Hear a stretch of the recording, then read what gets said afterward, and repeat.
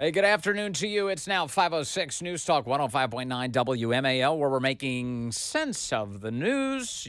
You can join us, 888-630-9625, 888-630-WMAL.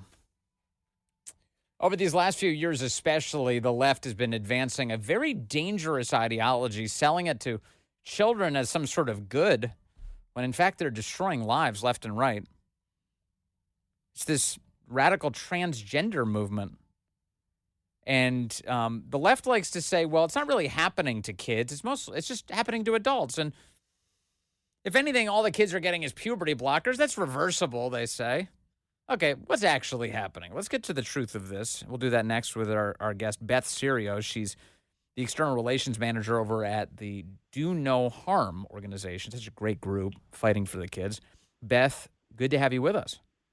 Hi, Vince. Thanks so much for having me. Tell me about your new report. What have you learned? Well, we've learned a lot. So this week, Do No Harm released the Stop the Harm database, which is essentially an analysis of insurance claims data, which is publicly available. And we analyze all claims for children with a gender dysphoria or related diagnostic code who received a treatment at a U.S.-based facility, medical facility, between 2019 and 2023. So the treatments that we looked at was any child who received a cross-sex hormone, puberty blocker, or a surgical intervention. And unfortunately, what we found was quite staggering. So we know that across the country, over about 14,000 children, and this is at a minimum, this is a conservative analysis, have received these life-altering treatments at U.S.-based medical facilities. Over the course of what time frame?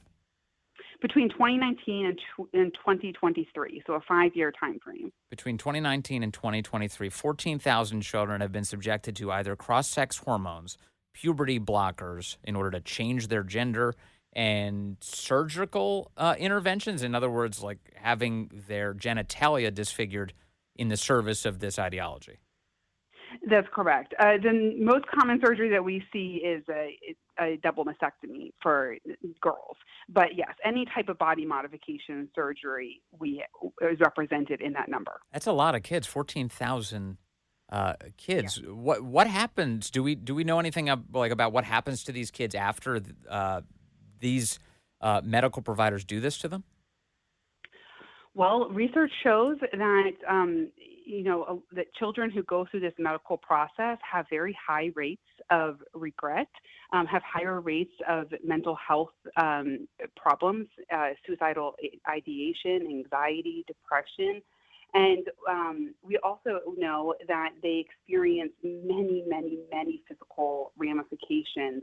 And truthfully, I don't think that we as a society even have a total handle on just how bad those physical ramifications will be, because you have to remember this is such a new phenomenon, right, relatively new in the medical world.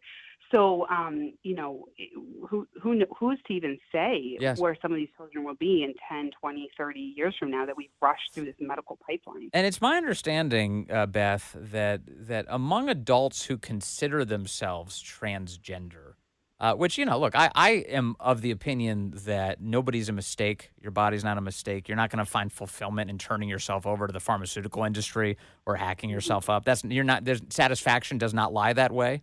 But among adults who say that they are transgender, my impression is that they're opposed to kids being hacked up, aren't they? I would say that's by and large accurate. I would say that generally speaking, just your average American adult, whether they're willing to say it or not publicly, they know that this is wrong. This does not sit well with people. That's why there's such an effort to actually deny and hide that they're doing it. We wouldn't really need to have this database published if the medical facilities were honest about what they're doing, but they're not, and that's because it's not popular. It's yes. not. It's your common sense adult understands that we don't just chop off a healthy girl's breast because they went through a brief phase of saying that they want to be a boy. So certainly many adults who even identify as transgender would agree with that same Yes, sentiment. the thing that I've heard a lot is that even people in that cohort are saying, "No, wait until you're an adult so you can make these decisions for yourself." But that's not the way these kids are being treated. And it seems to me that the other piece is that part of this is that parents are being cowed into this, that they're being fed all sorts of lies about what the future looks like for their kid unless they turn that child over to this industry. Yes, parents unfortunately are experience a lot of pressure. They're fed a very common lie. I'm sure you've heard this line before. Would you rather have a dead son or a living daughter? Essentially, making parents feel that they're in an impossible situation. That many parents don't feel that it's right, don't necessarily want to medicalize their child, but then they're told by doctors and medical professionals, people that they trust, that if you don't do it, then you will be responsible for your child committing suicide. Now, we know that the research does not support this absolutely heinous claim. We know that suicidal ideation increases after a child is medicalized. And I think that, I think in general, the tide is beginning to turn on this issue. I think people are having a little bit more awareness. We hope that our database it plays a major part in that awareness. So hopefully parents will start to wake up to this lie and take a different approach if their child comes to them with these same sorts of problems. Yeah, what vile propaganda. Have you seen any trends? I realize it's 5 years, and not going to be a long-term window to look at, but 5 years gives you some sense. Have you seen any trends in the data? In other words, is this starting to reverse at all, or have the kids who've been subjected to these mutilations gone down? I think it's a little bit too early to say. The biggest trend that I could point to is that across the nation there was a major jump between 2021 and 2022 in the number of children who went through any of these medical procedures. So either the hormonal treatments or surgical interventions. Yeah. The data shows maybe a very small dip in 2023 versus 2022, but it's not a significant drop. So we don't have 2024 data yet. Our intention is to hopefully continually update our database, and we'll see. I certainly hope, I remain very hopeful that maybe 2022 was the peak, and maybe we'll start to see a steep decline. Yeah, I hope so too, because I think the public awareness of this has skyrocketed. And I'm hoping that means that more people are going to choose the healthier option, which is to care for their children and keep them out of the hands of people who would hurt them. Yes, I think that the public is slowly becoming empowered to both see the truth and be willing to speak it out loud. So I hope that, parents in particular sort of increase that feeling of, being empowered to make the correct decision for their child and not cave to pressure. And I think that once we get to that point, we're going to see the child trans industry just crumble in America. I truly believe that. There's a new report out from the CDC this week. The Daily Caller reporting on this. The Centers for Disease Control and Prevention revealed a first-of-its-kind study this week showing that roughly 3.3% of all high school students are now claiming that they are transgender, or at least they were in 2023. 3.3%. Surveyors for the CDC collected data from 20,103 students from public and private high schools last year, and they found that transgender teenagers are more likely to report bullying. 40.1% of the respondents who said they were transgender said they were bullied at school, compared to female students at 20.3% and males at 14.8%. The data goes on and on here, but I find it staggering that over nearly 3.5% of all high school students are saying that they're transgender. What's happening with these trends? 3% is, that is an absolutely staggering number. And I think it really speaks to the social contagion aspect of how we got to this point as a culture. Yes. Gender dysphoria has always been a thing. It's always been historically accepted that it's a very, very, very small part of the population.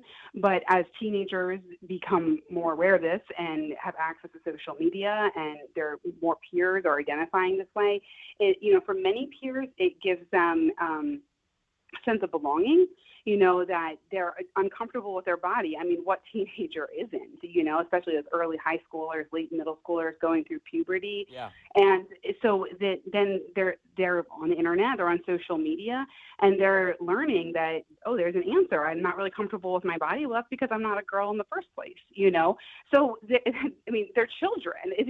They can't, their critical thinking skills are still developing. And so they're told that it's an answer, and then all the adults around them immediately affirm it.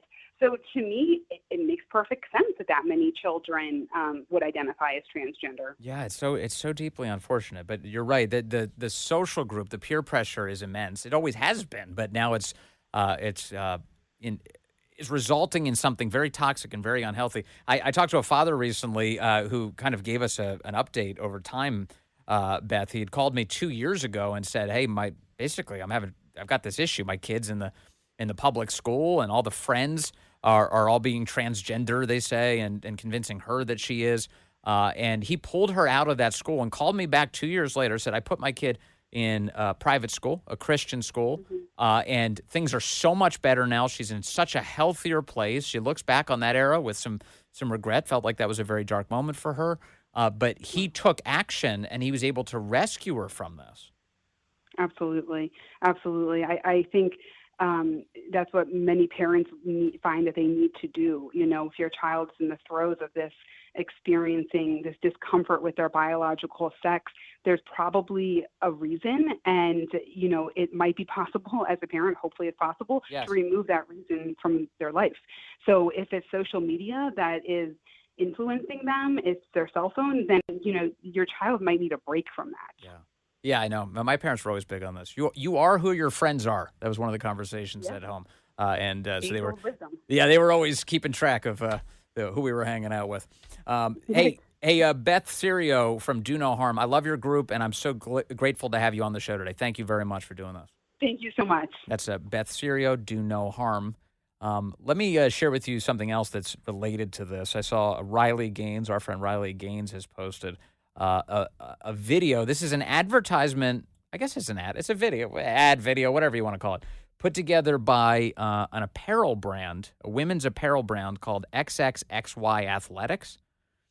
And they put together a video of a bunch of young girls calling out Nike and saying, "Hey, Nike is the biggest sports brand on the planet. Where are you on protecting women?" Take a listen to this.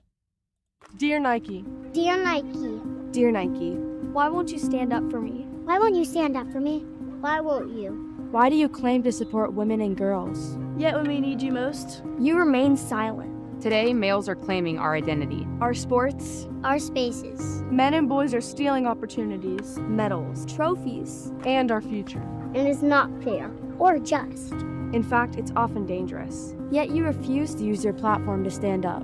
You say you're for social justice and progress. So why do you allow men's rights to come before ours? See, with a big platform comes an even bigger responsibility. You have a chance to do the right thing. Not just do the easy thing. So we're asking you, Nike. So we're asking you, Nike. So we're asking you, Nike. As the biggest voice in all of sports. Will you stand up for me? Will you stand up for me? Will you stand up for me? Will you stand up for me? Will you? Will you? Will you just do it? Oh, that's a good, I like the closer. The kicker on that one. Will you just do it, Nike? It says hashtag save women's sports. I can't believe we're here. All right, let's take a phone call. I've got John calling in from Fairfax, line 2. Hello, John. You're on the Vince Coglianese Show. Hey, Vince, how are you? Thanks for taking my call. I appreciate it. Yes, sir. Hey, I just wanted to comment. That was a great segment you just had. And, for so many years we heard about the Me Too movement with all the women that were standing up against masculinity and, going and marching on D.C., the Million Woman March. Yeah. I'm trying to figure out where those folks are. And then, I'm also saying what's going on with the LGBTQ community. They get the kids once they come out of the womb, and then Planned Parenthood gets them while they're in the womb. So I just don't understand how our Well- kids are protected nowadays, given that the government's funding half of this stuff. No, you're right. The government is funding half of it. I mean, the government is responsible for changing the rules around Title IX. The Biden-Harris administration has led the most sincere attack on women by the United States government this century. They've changed the rules around Title IX. They're allowing men into women's spaces. They allow men into women's locker rooms, allow men into women's sports. This is what the Biden administration has done. And I think actually this campaign would be improved if that topic came up more ahead of the election. It is super Absolutely. important. And John, Absolutely. I agree with you. and John, one other thing. You mentioned Planned Parenthood. I can't leave out their role in the gender chaos, too, because the largest prescriber of all of this gender medicine, the puberty blockers, the cross-sex hormones, that's Planned Parenthood. So in addition, I said a version of what you said just now before, which is if they don't scramble the kids' brains before they're born, they'll do it after. And that's what Planned Parenthood does. Absolutely. And so, And I mean, they're also making folks come out who are pedophiles, and that's what they call them, minor attracted people. I know. mean, it's ridiculous. They're normalizing And you're right. horrors. They didn't bring it up at the debates at all, Vince. It was really surprising. I thought that Trump would have hit that out of the park, and JD on the Tim Walz signing over all of these things for minors and sex change operations. It's really ridiculous. And they detect, by the way, that this is a fruitful area to talk because normal Americans are horrified by it. This is why you're seeing all these ads from the Trump campaign right now pointing out that Kamala Harris supports taxpayer-funded sex change operations on illegal aliens. It's completely demented in every possible way. And we're the weird ones. We're the weird ones, Vince. I know. We're the weird ones. It's very weird of you to notice how crazy it is. Thanks, John. I appreciate it. No, John's exactly right. And as far as the Me Too movement is concerned, there's a lot of them out there. There's Chloe Cole. There's all the detransitioners. There's the Riley Gaineses of the world, the Selena Souls, the Paula Scanlons. You have women who are speaking up, and more every day, telling the real story of what's happening here. Stay with us. Is Kamala Harris's campaign collapsing before our very eyes? We'll assess. Hey, good afternoon to you. It's 5:35 here, News Talk 105.9 WMAL, where we're making sense of the news. You can join us, 888-630-9625, 888-630-WMAL. Have you been following, before I get to Kamala Harris's campaign troubles, which, of course, are bringing me joy, have you been following the story of this University of Kansas professor, this, psychopath who told his students that basically guys who vote for Trump should be lined up and shot? This is what they say. Wow, there are psychos teaching at universities? It turns out. Take a listen to this. This guy's a University of Kansas professor. His name's Philip Lowcock. Guys are smarter than girls. You got some serious problems. That's what frustrates me. There are going to be some males in our society that will refuse to vote for a potential female president because they don't think females are smart enough to be president. We could line all those guys up and shoot them. They clearly don't understand the way the world works. Why is he breathing? Did I say that? Scratch that from the recording. I don't want the deans hearing that I said that. Why is he breathing so heavily? How fat is that guy? There's guys that need to be shot. I'm voting for Kamala. Well, the school has reacted. The school has reacted. A professor at the University of Kansas telling a class that men who don't vote for a female president should be lined up and shot. A university spokesperson, who is this spokesperson, talked to the Daily Caller and said that the professor is Philip Lowcock, an instructor in the Department of Health, Sport, and Exercise Sciences. Come on, this is too funny. So the fatty with the breathing problems, he's in the Department of Health, Sport, and Exercise Sciences, obviously. And he's been placed on administrative leave. The comment was made during a lecture in the fall semester, according to the Topeka Capital Journal. And the university said that Lowcock regrets the comment and only intended to advocate for women's rights. That's not what it sounded like. It sounded like, let's shoot people who vote for the other candidate. The spokesperson, it's a spokeswoman, Aaron Barcombe-Peterson. Quote, "We are aware of a classroom video in which an instructor made an inappropriate reference to violence. The instructor is being placed on administrative leave. Pending further investigation." What? We gotta figure out whether or not there may be a context for this that we didn't understand before. Anyway, it's pending further investigation. He's on administrative leave. The instructor offers his sincerest apologies and deeply regrets the situation. His intent was to emphasize his advocacy for women's rights and equality, and he recognizes he did a very poor job of doing so. The university has an established process for situations like this, and will follow that process. So that's the answer out of the university. Of course, you know what this means. He's being placed on administrative leave pending your interest fading. It always means that they're not getting rid of him. In fact, they're mounting excuses for him in the statement. He offers his sincerest apologies. He regrets the situation. He only wanted to advocate for women's rights. Of course, just let's do the thought experiment. Reverse everything. If the guy got up there and was like, any woman who won't vote for a man because he's a man, that woman should be lined up and shot. Lined up and shot. Oh, hope the deans didn't hear that. And then they released a statement. They're like, he was just advocating for men's rights. He offers his sincerest apologies and deeply regrets the situation. Just crazy. So that's happening at the University of Kansas. But in case you're wondering why kids are popping out of these institutions as complete psychopaths, well, they have psychopaths teaching them, at least in that case. Philip Lowcock, the fat guy who teaches in the science department, the sports department. He's doing great. His heavy breathing will be back in no time. Don't you worry, kids. He's going to be back. Kamala Harris isn't doing well. There's a number of stories out right now indicating that her polling sucks. Her polling isn't good. And among the places that are saying this, and you might say, Vince, whoa, easy. There's so many of these polls. They're designed to influence you. A lot of them are phony. Okay, yeah, I concede that point. I do. I think that polls are often used as weapons rather than as accurate gauges of what's going on with the people. But the Trump campaign is actually saying this. Trump's campaign has released its internals by Mr. Fabrizio and Mr. McLaughlin. They've together surveyed the battleground states. Are you ready for the numbers that these guys are popping out? They're pretty amazing. They say Georgia, Trump is up 50-45. Arizona, Trump is up 49-46. Nevada, Trump is up 50-47. Pennsylvania, Trump is up 49-48. That's a 1-point advantage. Wisconsin, a 1-point advantage, 49-48. Michigan, a 1-point advantage, 49-48. And North Carolina, a 1-point advantage, 48-47.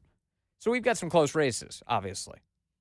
But Trump is up in every one of all 7 of those states, according to his internal pollster. Campaigns, of course, rely on internal polling for an accurate measurement so that they can make good spending and resource decisions. Now, on this issue, it's interesting that these states in particular are standing out because it was just a couple days ago. I mean, obviously, these are the battleground states, but it was just a couple days ago that I had a conversation right here on this program with J.D. Vance. And it was on Monday that he talked to us. And I asked J.D. Vance about this. I said, how do you handicap the races right now, all these battleground states? What are you seeing out there? And listen to how closely J.D.'s answer lines up with the polling data that I just read to you from inside the Trump campaign. We've talked a little bit before about what your internal polling is showing inside the Trump campaign and the fact that some reporters have smuggled over the data from the Kamala campaign to you as well. What are you hearing? How are you feeling? And what should we be encouraged by? I mean, look, I feel very good about it. I think that it's tight, right? I mean, I think there are a couple of states where I feel very good, Georgia and Arizona. I think, Pennsylvania, Nevada, North Carolina, I feel good about, but So Georgia and Arizona, let me just back up to that for a moment because I want to go over the data as we get through them. Georgia and Arizona are where he's performing the best, where Trump is performing the best. Those are the top numbers in this internal polling. Trump has a 5-point advantage in Georgia, 50-45. And in Arizona, he's got a 3-point advantage, 49-46. So those are the top 2, actually, from this survey. And then a little bit more from J.D. Vance here as he assesses. Georgia and Arizona. I think, Pennsylvania, Nevada, North Carolina, I feel good about, but it's extremely tight. And I think Michigan and Wisconsin. Pennsylvania, Nevada, North Carolina, I feel very good about, but it's extremely tight. He's right there as well. Nevada, 50-47. Pennsylvania, 49-48. North Carolina, 48-47. And then he says Wisconsin and Michigan. Wisconsin are probably about tied, or maybe we're slightly ahead.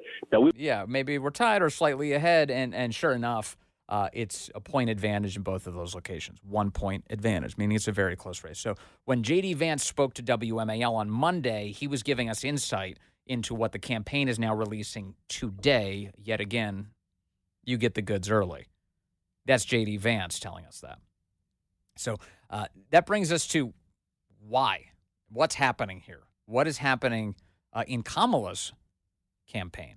Well, clearly, one of the lessons from this past week, if we're going to derive any, is that they need to hide Kamala Harris from microphones. Their campaign strategy up until this week was mostly reliant on hiding Kamala Harris from microphones, especially when she doesn't have a script in front of her. They have to hide her. What happened this week? She does the Call Me Daddy podcast. That's the ladies' sex show. She does Howard Stern, which I guess theoretically in their mind it must have been the dude sex show. That's what they thought was going to happen. I don't know what they were thinking. She did Stephen Colbert. She did The View, and she did 60 Minutes. Now, if you were to drill down what the big headline was from all of those conversations, what would that be? It would be Kamala Harris repeating on multiple occasions that she has no difference. There's no space between her and Joe Biden. She wouldn't change a thing about Joe Biden's presidency. No space at all. Now, is that the message of her campaign? Has that been the message that they've been pitching the American people? No, they've been doing full turn the page. Here's Gwen Walls being weird in Wisconsin. This is Tim Walls' wife. We are turning the page. Turning the page. Did you see her do that? Turn the page. Can you do it with me? We are turning the page on Donald Trump. Yep. We are turning the page on Project 2025. And we are turning the page to a new way forward to a future where everyone can live with freedom. Turn the page. That's the whole thing. And that's because people hate the status quo. They hate the state of the country. They want something different. They want change. And Kamala Harris is saying, here I am. Now, of course, what you're saying is, here you've been. This is awful. I don't like you here. Let's get you out of here. But she's been acting like she's the change candidate, or at least her campaign's trying to pitch that. And then this week, on multiple occasions, she steps on rakes that slap her right in the face, and she says, I'm no different than Joe Biden at all. I'm completely like him. I'm the same person. Well, if anything, would you have done something differently than President Biden during the past 4 years? There is not a thing that comes to mind in terms of, and I've been a part of most of the decisions that have had impact. Yeah, in fact, that makes it even worse. I wouldn't change a thing, and in reality, I was kind of running the show. Oh, man, the Trump campaign must love this so much. They must love it so much. So this is Kamala committing all sorts of unforced errors, campaign operatives slapping themselves in the face as she says these things on national television. It's bad news for her. And then we get some additional data today. That first of all, from that polling, for sure. And Axios has this report today that the blue wall is cracking and that the whole Kamala campaign is freaking out about this. That blue wall is going away. And that her chances of winning some of these critical states are slipping out of her hands. Dems blue wall blues, says Axios today. Top Democratic politicians and operatives tell us the vital states of Wisconsin, Michigan, and Pennsylvania are now getting tougher for Vice President Harris and the party's Senate candidates.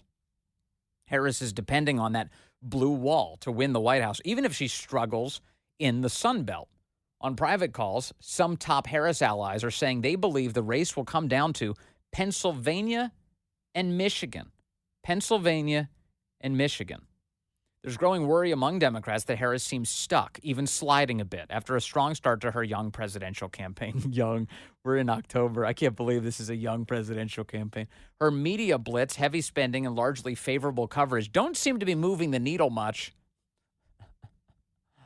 Pennsylvania is arguably the most important state on the map for Harris. Tell us who wins Pennsylvania, and we can tell you who's very likely to be president-elect. Harris, former President Trump, and their allies are all planning to spend nearly $350 million on TV ads in Pennsylvania, $142 million more than the next closest state, Michigan. They mentioned that Trump just returned to Butler, Pennsylvania, the site of the first assassination attempt, for a massive rally with Elon Musk last Saturday, and held doubleheaders Wednesday in Scranton and Reading. Harris is headed to Erie for her 10th Pennsylvania visit on Monday, and her campaign says it's knocked on over 100,000 doors in the state on Saturday alone. Michigan is the most complex swing state, Axios points out, where Democrat erosion among union members, Arab Americans, and young men all collide. Yeah, there's some interesting stuff going on in Michigan. Very interesting. One of them is that union rank and file guys are pretty wildly supportive of Trump. It's an interesting. I mean, and it makes sense. Trump looks out for American workers, and American workers are noticing. In Michigan, and it was the Washington Post who just visited a Ford plant in Detroit about 2 weeks ago. I'm not staring at the report, but I just remember it. It stuck out to me. And they talked to a bunch of workers at a plant where they make parts for the Ford Ranger and the Ford Bronco. They talked to, I want to say, 24. And in the process of these conversations, the plurality of respondents, all UAW members, supported Trump. The plurality. The smallest category was support for Kamala Harris. The rest were in the middle. They hadn't made up their mind yet, but I think it's safe to say, if you're not telling the Washington Post who your candidate of preference is and you're a union member in Detroit, it's probably Trump. That's probably what's happening. You're a little reticent to tell the Washington Post. Yeah, I'm with Trump. So Trump has a lot of support there. Also we've got it's Jill Stein, right? The Jill Stein factor going on in Michigan, which is Jill Stein's picking up all sorts of Arab support. Muslim voters are supporting Jill Stein. This is good news. This is very good news because in what world do you have a Jill Stein, Donald Trump crossover voter? I don't think those exist. I don't think that's a real category. Jill Stein is a spoiler for Kamala. Jill Stein is taking votes from Kamala here. So that's good news, too. So Michigan, what a pivotal state. And then Axios says young men as well. Yeah, young men are pretty supportive of Trump. And you heard from Andrea Mitchell over on NBC this week. She's angry about this. She says that's because they're misogynists. She said both white men and black men are misogynists and for supporting Trump over Harris. In case you're wondering where you stand in the pecking order. If you're a black man or a white man, you should know that Andrea Mitchell does not like you this week. You know, there's still a bunch of days left ahead of the election. So, yes, so you get some good news on what's happening with Donald Trump and that Kamala Harris is slipping in the polls, but anything can change. Anything can change. James Carville's out there screeching about this. They need to change strategy now. And he wants them. He's been recommending on national television, get Obama out there, get Clinton out there, do something. And guess what news broke today? Obama and Clinton are now going to hit the campaign trail, see if they can salvage this crashing ship. May they fail. The great one, Mark Levin, up next.